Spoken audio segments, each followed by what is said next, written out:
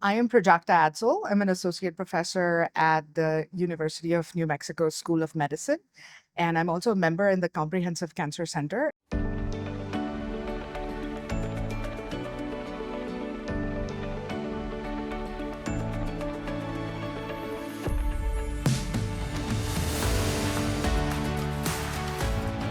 I'm also directing the newest addition to our centers in the Health Sciences campus, which is the Center for Advancing Dissemination and Implementation Science.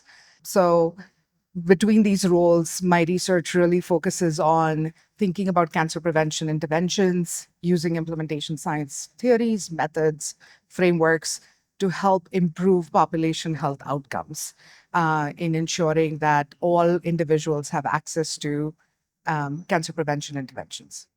You trained as a primary care physician before pursuing a PhD in public health and focusing on implementation science. What inspired that journey?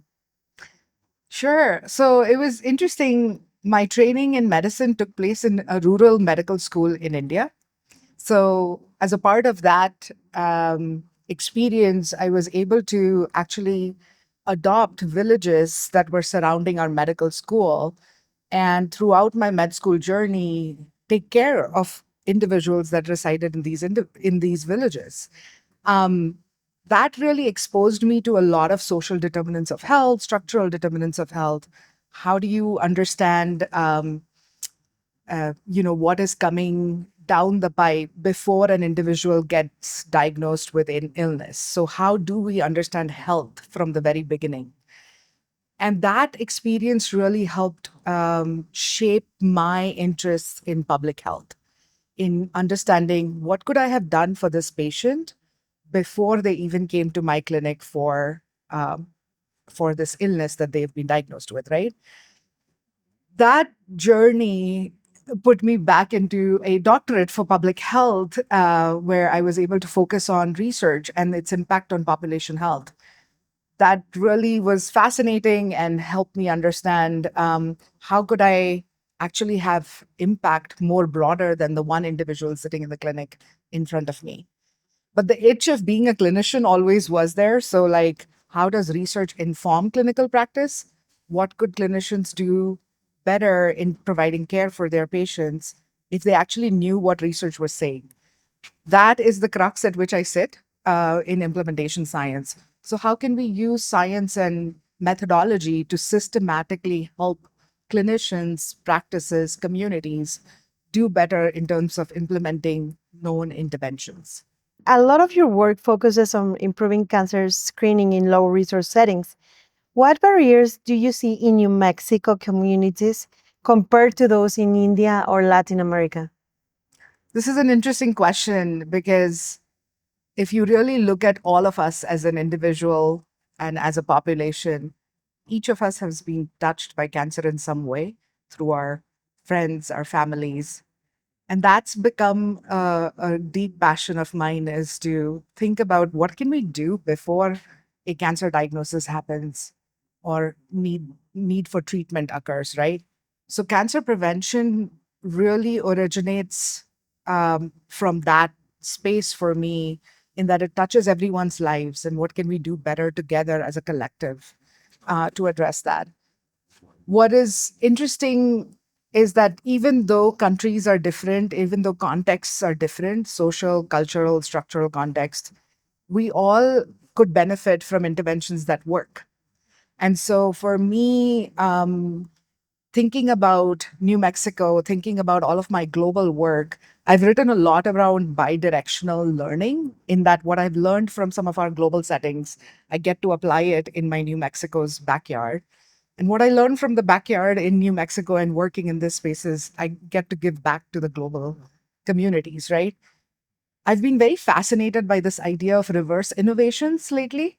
Usually traditionally in research paradigms, innovations start in high income countries, better context, and then spread to the emerging countries, right?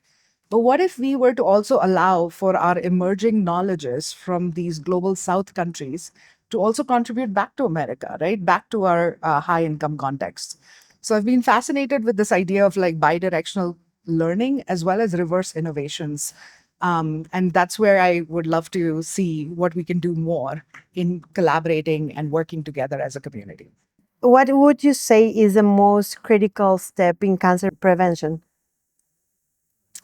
Of course, motivating and educating individuals and ensuring that they all have access to care is a huge, huge first step. But cancer prevention work, what distinguishes it from many other interventions, is this idea of really thinking about the whole process. It's not a one time only intervention where we get them screened and then we say goodbye, right? It's about making sure that all screen positives are ensured with follow up care. If diagnosed with cancer, we make sure that they get timely treatment and appropriate treatment without any financial toxicity, as well as improved health outcomes, right? So it doesn't stop with one time point engagement with the communities. For the people that are screen negative, we also want them to come back for regular checkups. So it's just a very intense process. None of the implementation efforts that we ever do in our real world clinical or community settings are easy. They require multiple steps. They require involvement with multiple people, not just communities, but your clinical community, and tertiary care centers. So I really enjoy being in that space of helping address this complexity, not by simplifying it, but by systematizing it, right? So, how do we think of it from a systematic approach using implementation science to understand how to implement these processes with multiple steps, multiple people, so that we are ensuring care for all individuals and across the cancer care continuum? So, that's where I think there's a lot of value of implementation science to help us address that complexity. A lot of your research is on implementation. Are those resources available for other communities Like in terms of like, to use? How you're systematizing the implementation right, implementation science? I see that. So this has been a nice, interesting space that we've been able to reflect a lot more in the last year, actually. We come in as researchers to the community and say, let us teach you, let us tell you how to do things. Perhaps we should be also listening to these communities and sort of taking a step back and saying, what can we do? How can we do better science so that you, as communities, can help improve your community health outcomes, right? So, over the last year, actually, we've been developing some modules that have taken these complex, really specific language ridden scientific concepts in implementation science theories, models, and actually made it such that it could be valuable to communities. Because I'm sure people could identify with this, right? Like there are so many communities that know what they want to do for their communities, but often don't know where to start on the first step. How do you make a plan? How do you get buy in? How do you ensure that everybody is engaged? And how do you ensure that we achieve the outcomes that we set out to achieve? Well, implementation science could help with that. So, over the last year, we've been developing some modules that are asynchronous to use by community partners, by community leaders. We call them very fondly our community implementation studios, very much borrowing from the community engagement studios that have been very successful in helping researchers understand community priorities. But we hope through community implementation studios, we can be more useful to the communities. How can we help you with our science to do better in your own communities, right? So it doesn't mean that we are always reliant on a researcher to help you with that, but how can we bring our science to be of use to communities? So we've been very excited about that space in truly developing implementation partners that can work with researchers to help improve population health. We see that both of these things are important. Researchers should listen more to the communities, but also communities getting more of that expertise in their hands so that they can do better. Related to that, what about funding? Funding is a challenge in prevention research.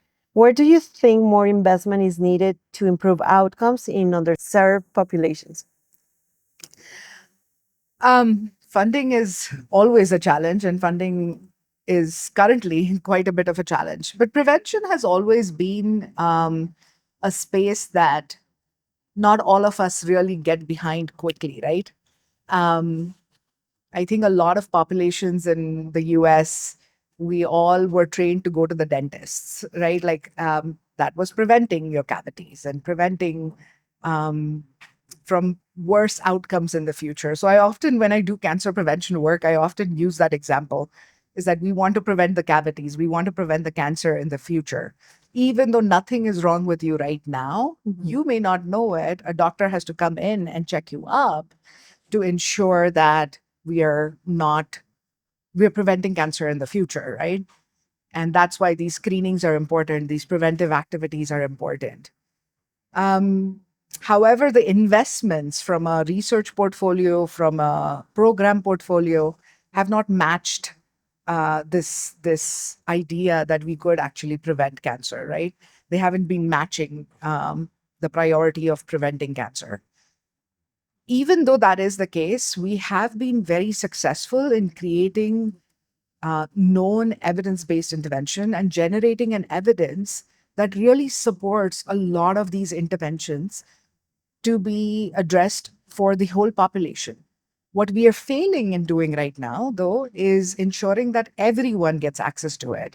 Everyone is trusting of this science, and everyone is able to benefit from those outcomes in the same way that it benefits some individuals, some subpopulations. I think that's where the importance of community engaged implementation science comes in, right?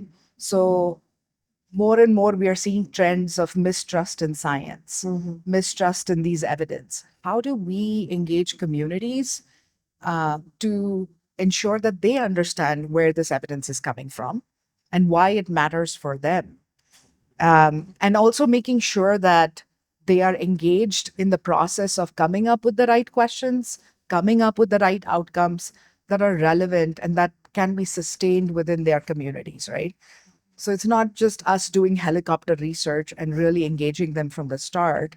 But I do believe that investing in implementation oriented, effectiveness oriented research studies can help us ensure that we are being approachable and relevant to all individuals, not just in our outcomes, which is, we are always focused on did everybody get access to this, but also in our process.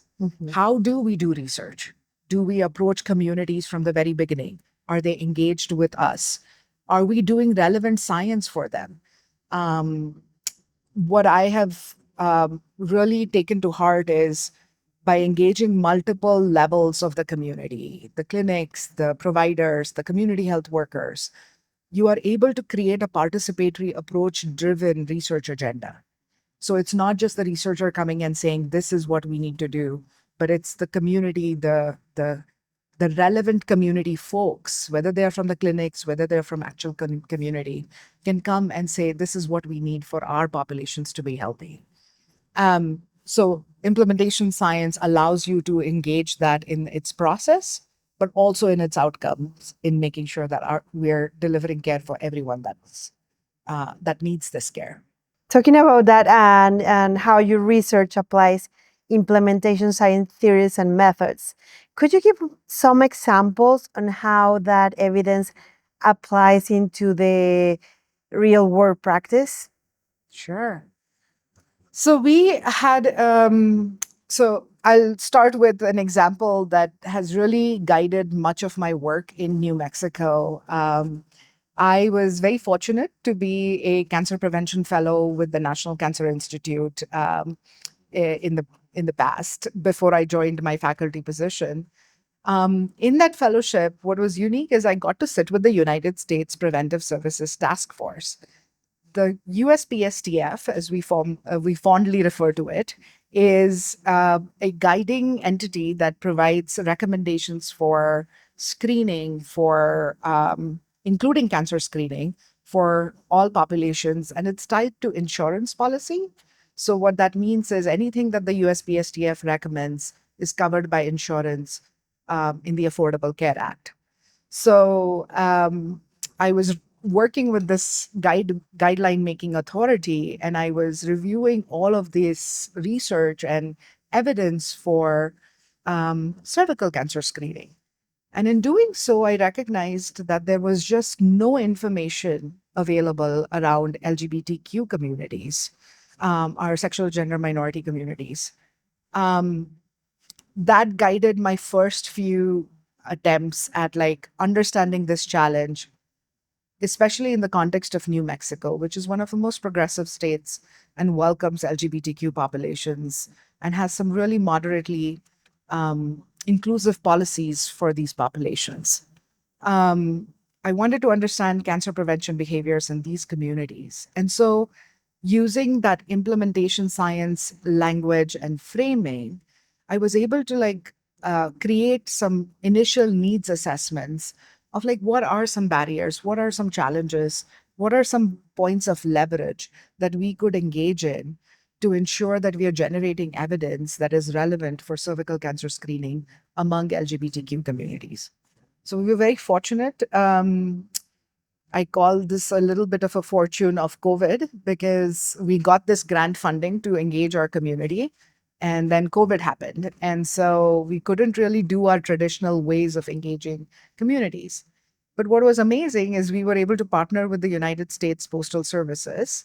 And you know how you get your Walgreens ads in the mail and you get those um, flyers that the postman delivers? Yes. We were able to send out our surveys using that same mechanism all across New Mexico. And we sent out around 27,000 flyers across the state of New Mexico and received around 2,500 responses from LGBTQ communities across the state. I think this was one of the biggest data sets that we could generate from our community. And it didn't mean just engaging one representative of the community, but truly engaging the population that comprises of this community. From that data, we've learned a lot of good points. We are still working through some of the implications of this data. We continue to engage our communities in that space, and we're learning what could be some good interventions that we could implement. What would be some relevant interventions that we could implement for these communities that could be helpful? So I'm very thankful to our New Mexico communities that are always ready to be engaged in research. And I'm so blessed to be able to work in that empowerment. And talking about your research also, you use often qualitative, quantitative, and mixed methods. How does combining those approaches help capture the full picture of patient and community needs? This is my favorite question because this is exactly reflective of like all of my trials and tribulations with research, right? So there's often from an epidemiological perspective, which is the base of where I started my work. It's all about numbers. It's all about like, oh, what is happening at this population level? And numbers are going to tell us the story. But so many times I felt very frustrated with just knowing the numbers and not knowing what to do about those numbers. And that's where qualitative methods have been extremely helpful. I consider myself an interventionist and an implementation scientist. So it's not about just telling me where the problem lies, but I'm very interested in how to address the problem. So what I mean by that is I'm not here to diagnose why there are differences in this population versus that and stop there. I do want to understand those differences, but I want to understand what the root causes of those differences are. And what are some strategies or interventions that can help us address those differences so that everybody has access to all interventions, right? And that seems to be a very big paradigm shift, right? Like it's not about understanding differences, but it's about creating solutions to address those differences. And that's where the focus of qualitative and mixed methods can help you get there. It's not easy. I'm not going to say that it is an easy methodology or an approach to use. Um, and it takes time. And in fact, I think this is the reason I don't work alone ever in any of my research projects. I work better as a team, and it matters who in my team can help me understand these data from various points of view.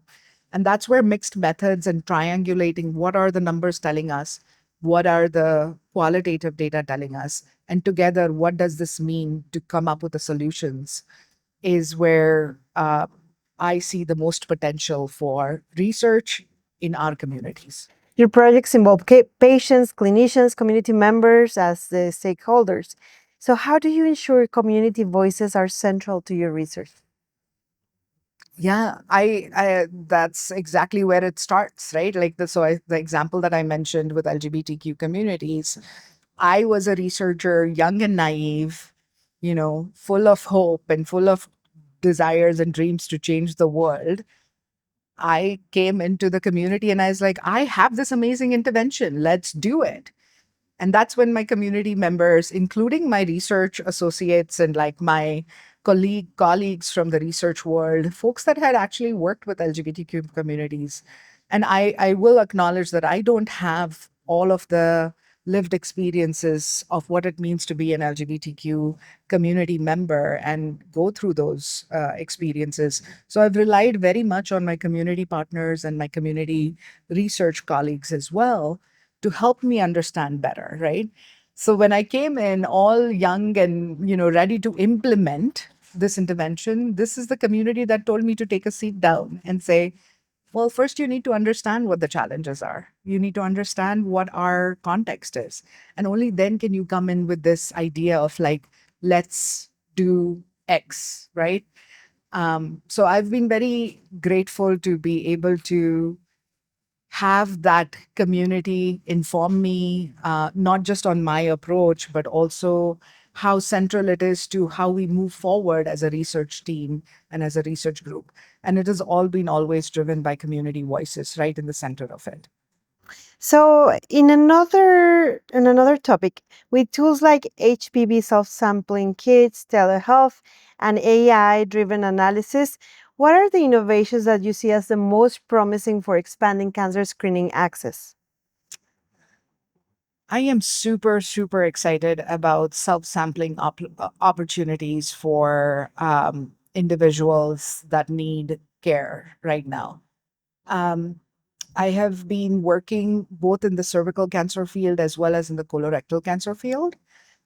We've had a self sampling option in colorectal for quite some years.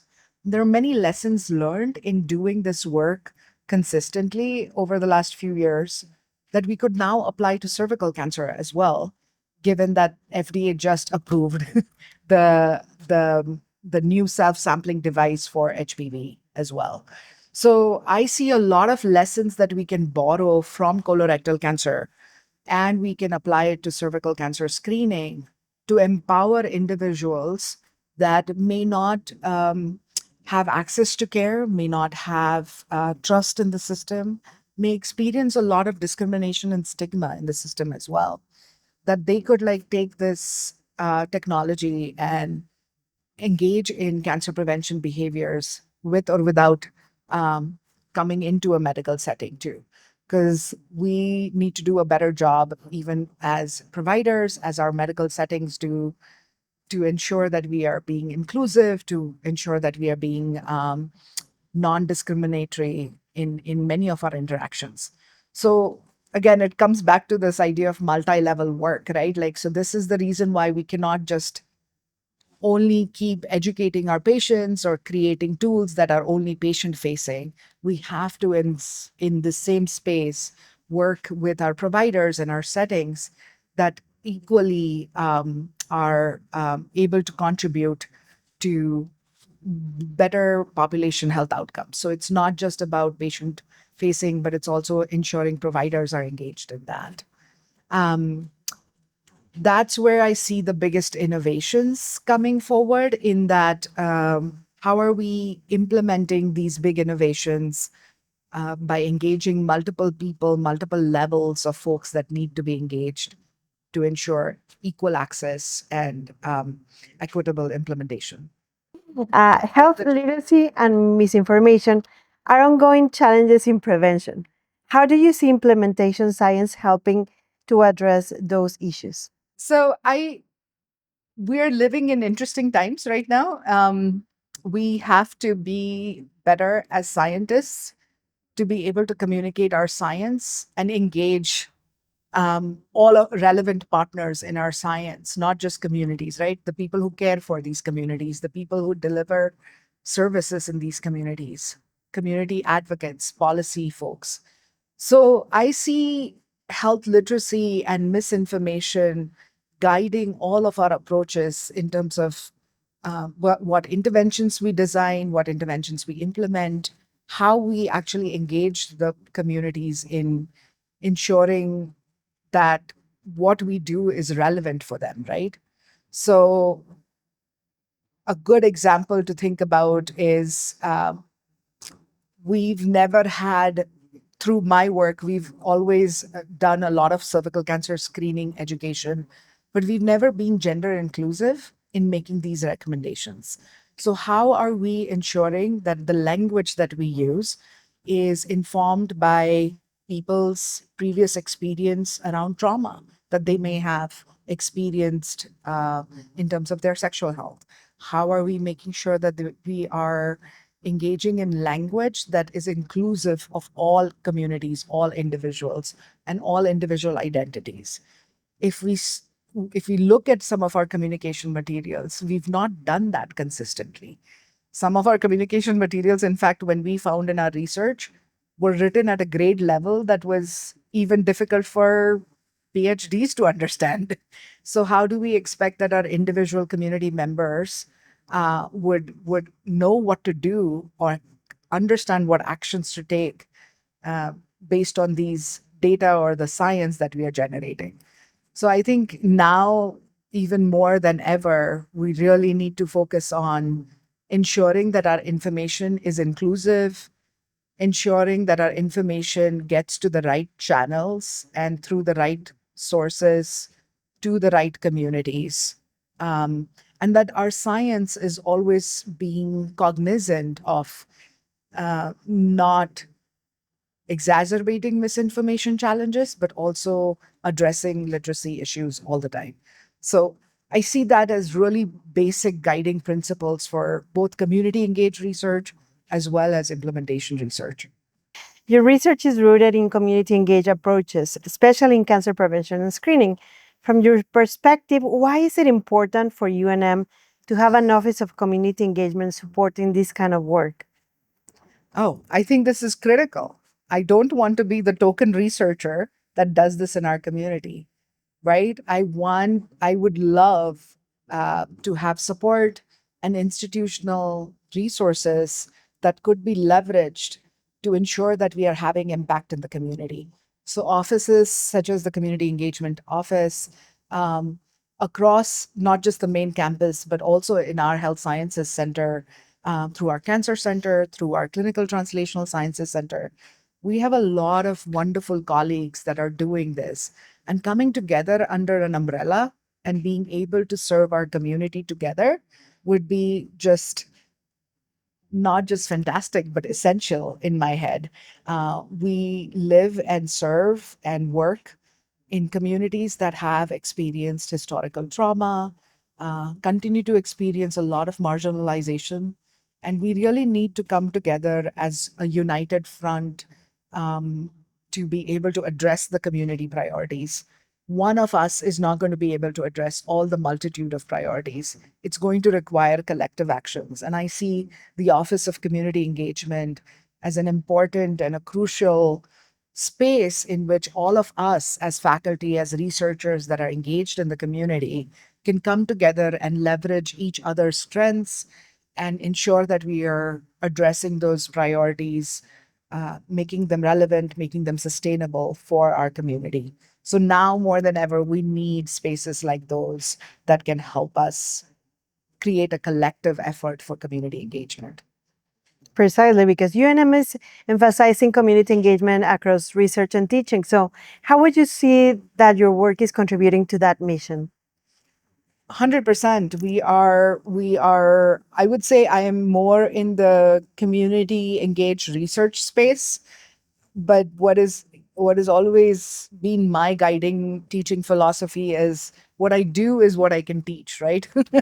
So um all of the research that we've done with our communities using community-based participatory research approaches at all levels, including communities, including clinics, including tribal communities. We've always ensured that the mission of serving our communities is front and center.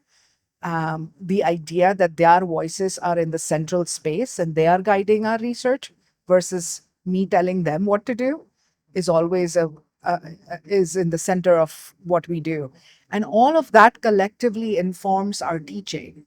I have had all of my students engage communities on their own, but also through my partnerships, and really start learning how to listen, how to understand where the community partners are coming from. So, in fact, in several of our classes, we've asked the students to go and continue, like, conduct informational interviews with community partners, saying that they have this brilliant idea. What does this mean for the community? And then the community members give them feedback, whether that would work with the community, whether that would not work in the community. And then they get to refine their idea a little bit more. So, ensuring that our students and our teaching methods engage with our communities and our community partners has been something that I've always done.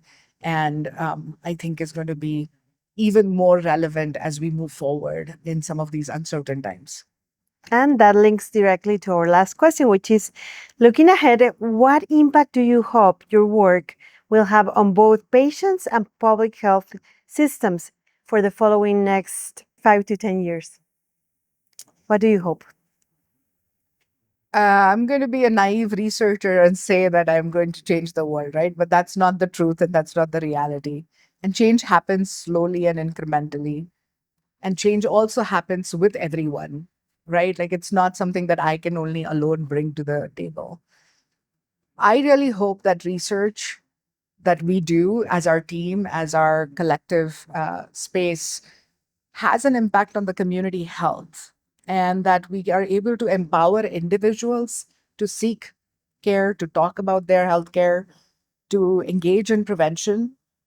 But I also hope that we are better able to address the structural barriers that exist in our communities too, working with our clinical partners, working to understand how to leverage our resources for multiple outcomes and not try to create silos within the way we engage with practitioners within our research community, right? So how do we come together for a collaborative effort versus a collaborative effort that can generate impact versus a one individual trying to do this for 15 years. So I'm very motivated. I'm very inspired and want to work more in a collective space that can have those multi-level impacts, that can create systems change, that can create a environment in which we don't have to just do one step, but ensure all steps can occur for evidence-based interventions to be accessible by all. Um, so that's where I hope we can go as a team, as the Health Sciences Center, as a UNM community, to ensure the services are accessible, are trusted, are engaged by the communities that we serve. I am Prajakta Adsul. I'm an associate professor at the University of New Mexico School of Medicine.